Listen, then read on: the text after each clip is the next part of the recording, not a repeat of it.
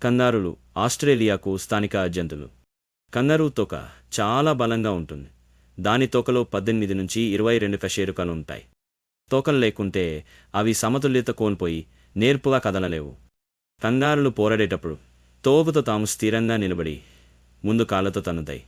కంగారులకు మానవుల వేలిముద్రల మాదిరిగానే ప్రత్యేకమైన ముక్కు ముద్రలు ఉంటాయి.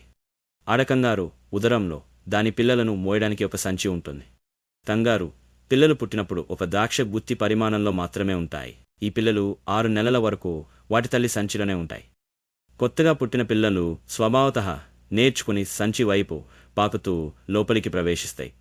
ఆడ కంగారులో ఒక ప్రత్యేకమైన సామర్థ్యం ఉంటుంది. వయస్సులో భేదం ఉన్న 2 పిల్లలకు అనువుగా ఒకేసారి 2 రకాల పాలను ఉత్పత్తి చేయగల సామర్థ్యం. కంగారులకు 3 నెలల వరకు నీరు లేకుండా జీవించగల ప్రత్యేకమైన సామర్థ్యం ఉంది. కంగారుల లాలాజలంలో జీర్ణ ఎంజైములు ఉండవు. ప్రమాదం దగ్గరికి వచ్చినప్పుడు హెచ్చరికగా కంగారూలు వెనక కాళ్లతో నేలను గట్టిగా కొట్టి శబ్దం చేస్తాయి.